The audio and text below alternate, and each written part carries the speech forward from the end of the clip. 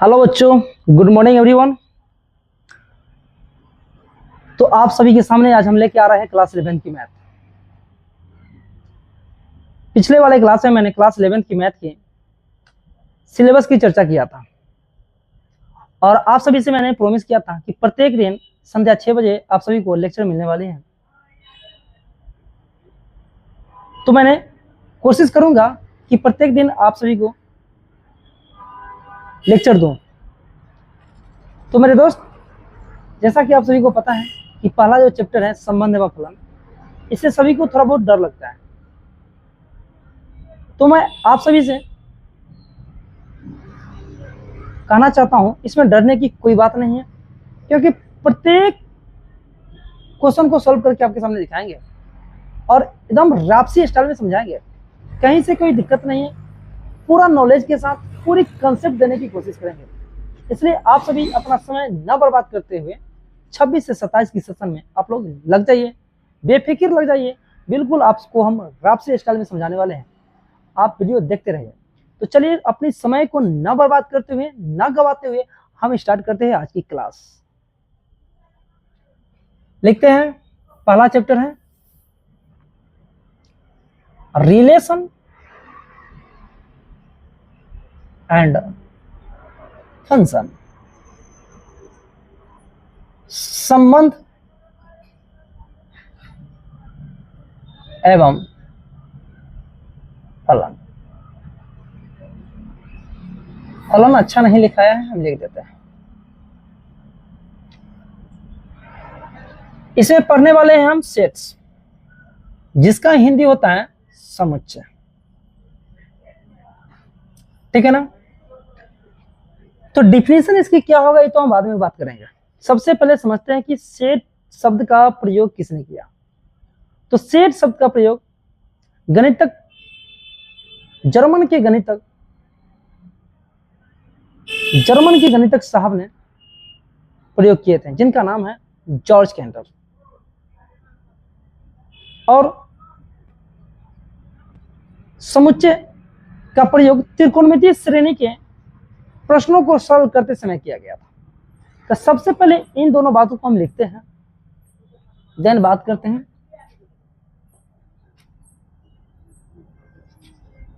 गणित में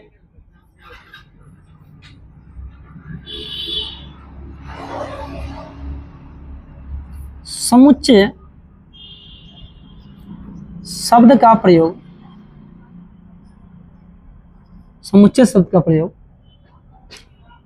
जर्मन गणितज्ञ जॉर्ज कैंटर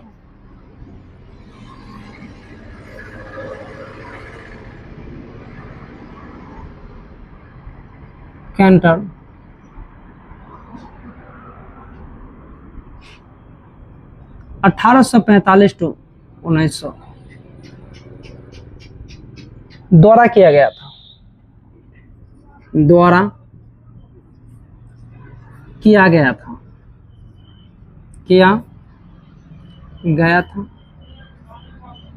ठीक है ना। दूसरा पॉइंट है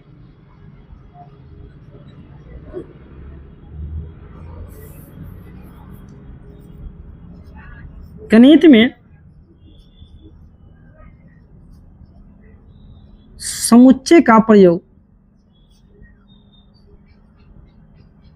त्रिकोणमितीय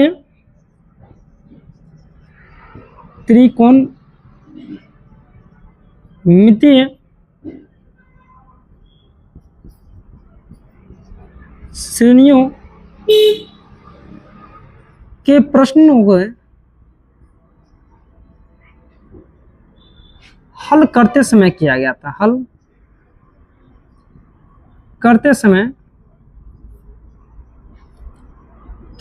था। तो हमने दो बात का लिखा कि समुच्चय का प्रयोग त्रिकोणमितीय श्रेणियों को प्रश्नों के सरल करते समय किया गया था।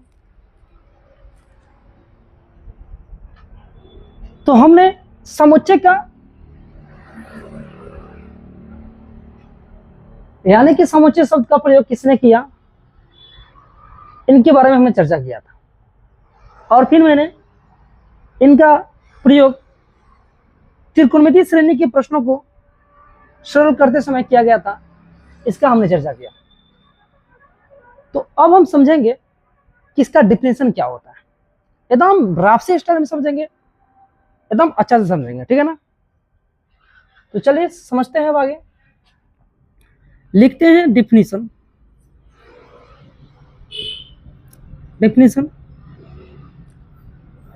सेट्स समुच्चय,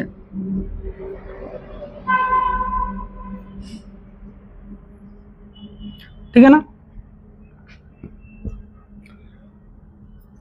सुपरिभाषित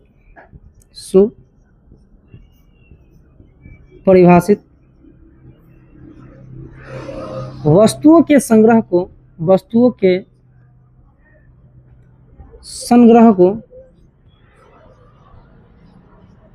सुपरिभाषित वस्तुओं के संग्रह को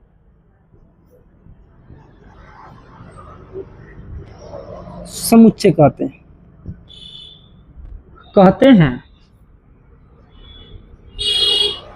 A collection of well-defined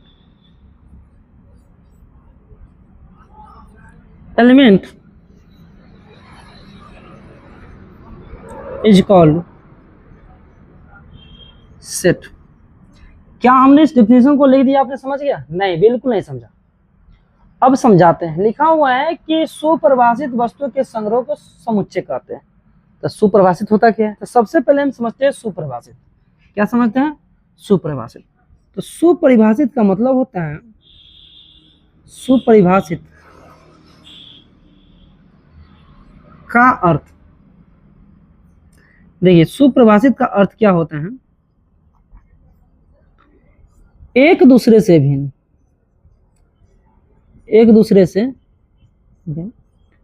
यानी कि इसको बोलते हैं डिस्टिंक्ट। इसका मतलब क्या होता है? वस्तुओं के संग्रह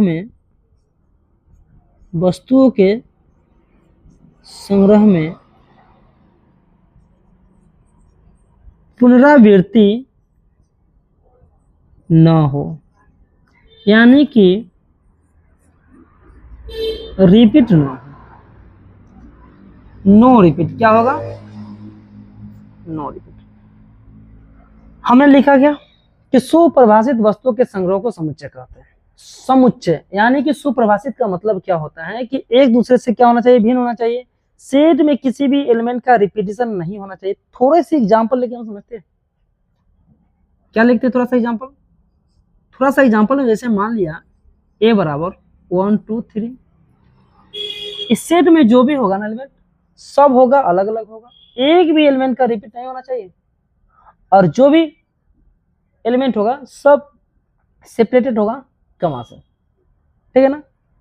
अब हम इसके बाद समझते हैं। इसको आप लोग लिख लीजिए।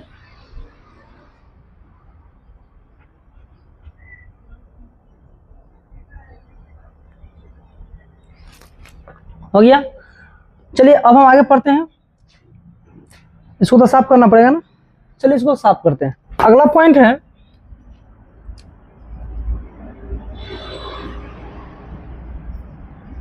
representation of sets and their elements,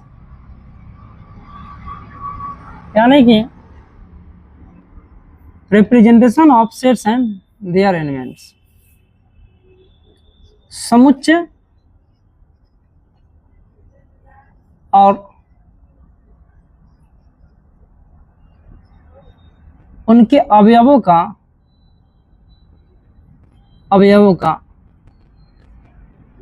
निरूपण। समुच्चय और उनके अवयवों का निरूपण क्या मतलब होता है इसका? देखिए, अंग्रेजी वर्णमाला के सेट जो होता है, अंग्रेजी वर्णमाला के कैपिटल लेटर से इसको हम रिप्रेजेंट करते हैं, और उनका जो अवयव होता है उनके अंग्रेजी वर्णमाला के स्मॉल लेटर से डिनोट करते हैं। तो इन दोनों बातों को हम लिखते हैं। समुच्चय को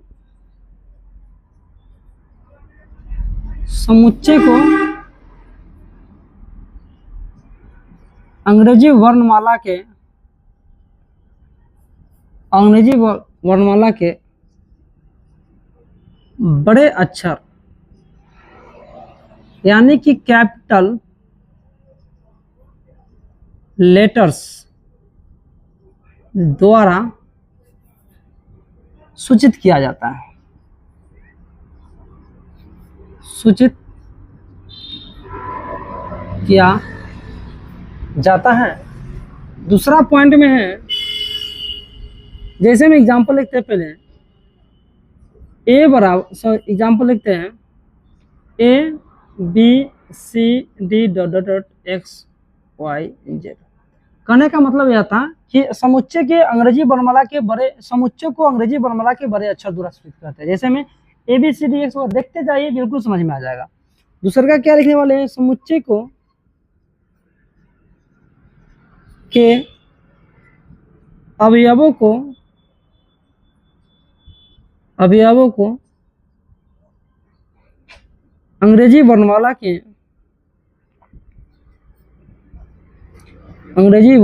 के छोटे अक्षरों द्वारा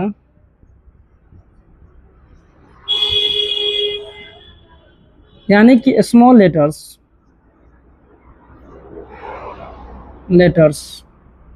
द्वारा सूचित किया जाता है। जैसे कि एग्जाम्पल में लिखते हैं ABCDEF ...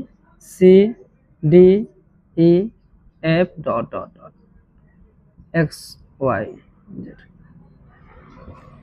हमने यहाँ पे बात किया था कि समुच्चय को अंग्रेजी वर्णमाला के बड़े अक्षर द्वारा सूचित करते हैं और उनके अवयव जो होता है उनके हम स्मॉल लेटर द्वारा सूचित करते हैं। अब समझते हैं यहाँ पे, जैसे मान लेते हैं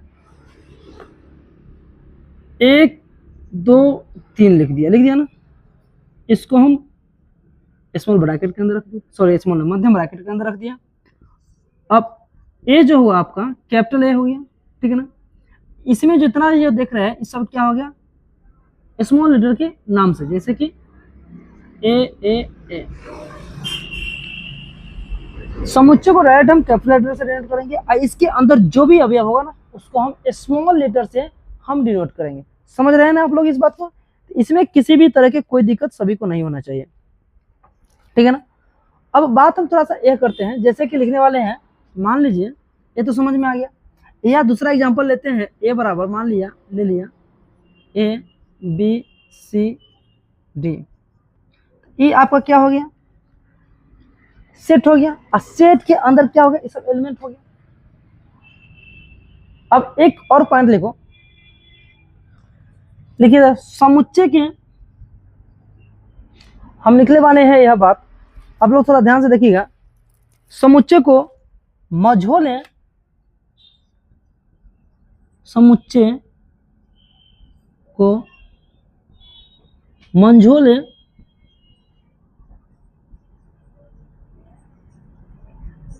कोष्ठक के अंदर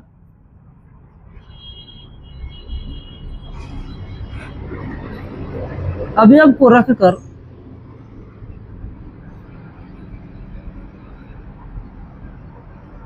व्यक्त करते हैं। मतलब समुच्चय को मझोले कोष्ठक के अंदर अवयव को रखकर व्यक्त करते हैं। अब हम सारी बातों को एक लाइन में समझते हैं, देन हम आप लोगों से फिर हम आगे की ओर बात करेंगे। सबसे पहले हम एक बात को समझ लेते हैं। अब जितना जो दिखाया है ना, जैसे कि मान लिया हम लिख दिया ए दिखाया था, ठीक है ना। सेट लिख रहे हैं तो सेट जब भी लिख रहे हैं जैसे बताया था कि 1 2 3 4, तो सेट लिखने का कंडीशन क्या होता है, सबसे पहले क्या होता है कि जो भी एलिमेंट दिख रहा है वो सब एलिमेंट सेपरेट होना चाहिए और एक मध्यम ब्रैकेट के अंदर होनी चाहिए। और जो भी एलिमेंट होगा सब क्या होगा, एक दूसरे से भिन्न होगा। यहाँ जो लिखिए समुच्चय को मौजूदा कोष्ठक के अंदर रखा जाता है, यही आपको मौजूदा कोष्ठक हो गया, ठीक है। और मान लीजिए दूसरा ले लेते हैं x बराबर 6, 7, 8, 9, ये सब क्या हो गया आपका सेट हो गया। मतलब कि ये जो आप देख रहे हैं ना, इसको 12 लेटर से डिनोट करते हैं, कैपिटल लेटर से। ये सेट हो गया तो इसको हम कैपिटल लेटर से डिनोट करते हैं, और इसके अंदर जो भी अवयव हो गया उसको हम स्मॉल लेटर से डिनोट करते हैं, जैसे x हो गया, ठीक है ना। समझ में आ रही है बात को। अब हम इसके आगे एक नेक्स्ट पॉइंट को समझते हैं, एप्सिलॉन और एप्सिलॉन नॉट का अर्थ। देखिए इन दोनों का अर्थ समझते हैं। ये जो आप देख रहे हैं ना, इसको बोलते हैं हम एप्सिलॉन। क्या बोलते हैं? एप्सिलॉन। इसको बोलते हैं हम एप्सिलॉन, ठीक है ना, एप्सिलॉन बोलते हैं। अब देखिए एप्सिलॉन क्या बोलता है, यह बोलता है कि अगर सेट में यानी कि समुच्चय में, समुच्चय के अंदर जो भी अवयव है ना, उसको दर्शाने के लिए, उसको व्यक्त करने के लिए, उसको दिखाने के लिए हम एप्सिलॉन का प्रयोग करते हैं। मतलब समुच्चय के अंदर जो भी अवयव है ना, उसको दिखाने के लिए हम एप्सिलॉन का प्रयोग करते हैं। जैसे कि हम यहाँ पे समझते हैं, मान लेते हैं कि लिखते हैं x समुच्चय A का सदस्य है। x समुच्चय A का सदस्य है, तो इसको हम क्या लिख सकते हैं? x बिलोंग्स टू A लिख सकते हैं ना। इसको पढ़ेंगे कैसे? पढ़ना है रीड x बिलोंग्स टू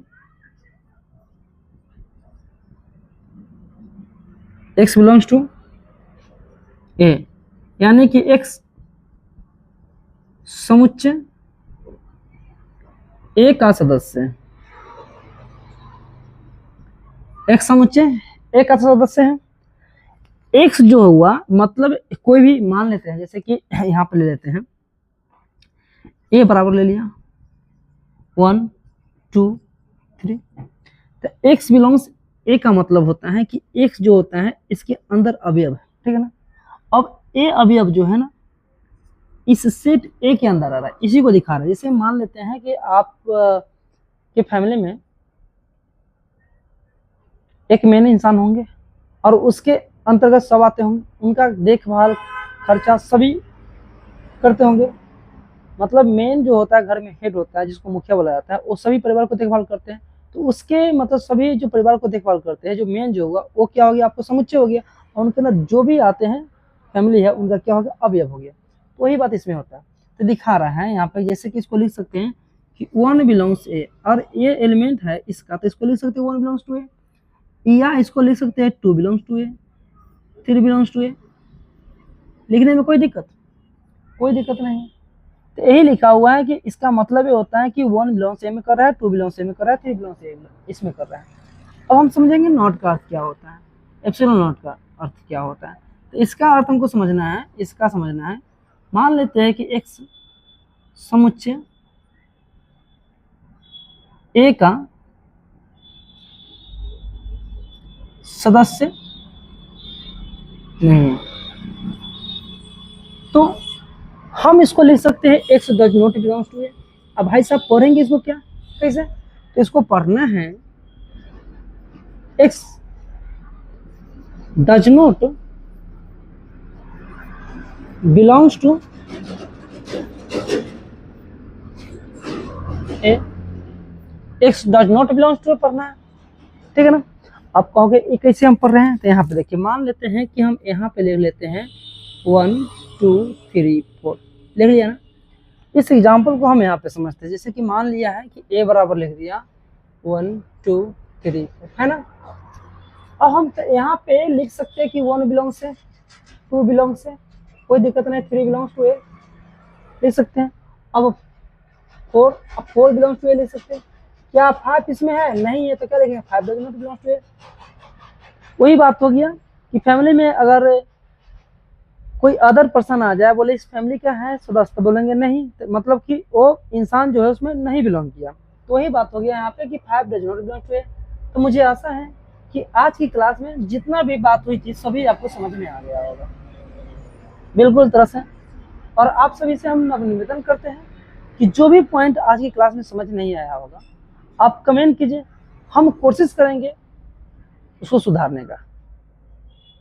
थोड़ा बहुत भी अगर आपको समझ में नहीं आया होगा प्लीज जरूर कमेंट करें, ताकि मुझे पता चलेगा कि हमने यहाँ पे कमी किया है और हम नए तरीका खोजेंगे आपको समझाने के लिए। बिल्कुल रापसी स्टाइल में एकदम सिंपल लैंग्वेज में समझाने की कोशिश करेंगे। तो मुझे पूर्ण आशा है कि आज वाली जो भी क्लास हुई है ना आपको बिल्कुल समझ में आ गया होगा। तो मेरे भाई पूरा सेशन 2026 से 27 की आपको कंटिन्यू वीडियो मिलने वाले हैं संध्या 6 बजे। लेक्चर 1, लेक्चर 2, लेक्चर 3 करके मिलेंगे। किसी भी तरह की कोई प्रॉब्लम नहीं होगी। अगर कहीं प्रॉब्लम हुई तो आप लोग कमेंट में जरूर कमेंट करें।